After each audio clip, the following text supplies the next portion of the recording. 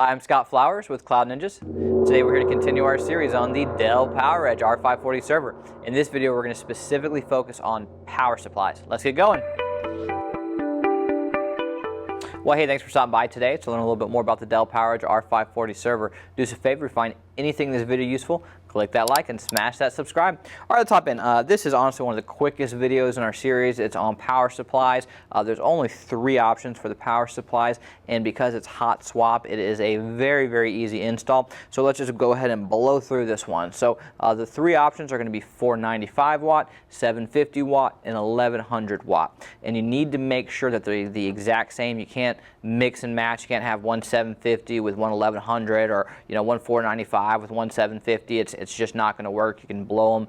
So just make sure that if you're using redundant power supplies that they are the exact same. And outside that, the only other potential issues is there are 110 volt and 220 volt power supplies, so depending on what your connection is, just make sure that you do get the right one for your data center or your home lab. What's used in Europe is much different than what's used in the States, for instance, so just make sure again that you get the right power supply voltage for your hookup. So, all right, what we're going to do is we're going to lay the 3 options out. We'll do a little overview so you can just see them, and then we're going to go ahead and install them, which again is super easy because it is a hot swap. So go ahead and let's get going.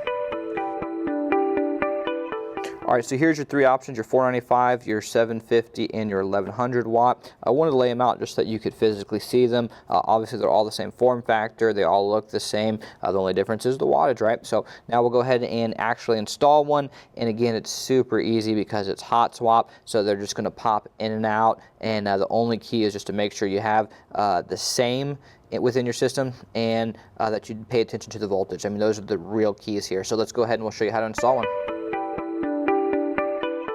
All right, so we're going to show you just how easy these are to install. You'll notice right now there are 2 1100 watt. So let's say this top one went bad and needed to replace it. You're just going to push the orange in and pull out.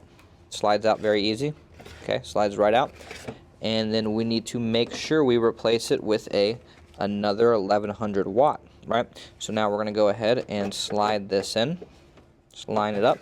And when you push this in, you'll notice, and it'll happen kind of fast, but you'll notice when I push this in, this clip will kind of pop, and then it is technically connected at that point. So let's go ahead and slide this in.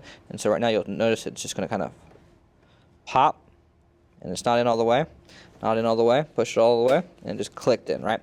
So if you're doing it faster, you don't really see it, but wanted to just slide this in and show you a little bit closer. So it's really that easy of an install, and that's why this is a quick video. So if you made it this far, hey, click that like, smash that subscribe, and if you're looking for any power supply replacements that you need to get overnighted, we can definitely accommodate you. If you need upgrades for RAM, CPUs, SSDs, any spare parts, you need to set a rail kit, we can definitely accommodate whatever your needs are, and we do custom build new and used Dell, HPE, Supermicro, IBM, Cisco, you name it. We do AMD Ryzen's, AMD Epics, Intel Scalable, E3, E5, and everything in between, and we would love the opportunity to earn your data center or your home lab's business. So please email us at sales@cloudninjas.com. That's sales@cloudninjas.com. Thanks for stopping by. Take care, guys.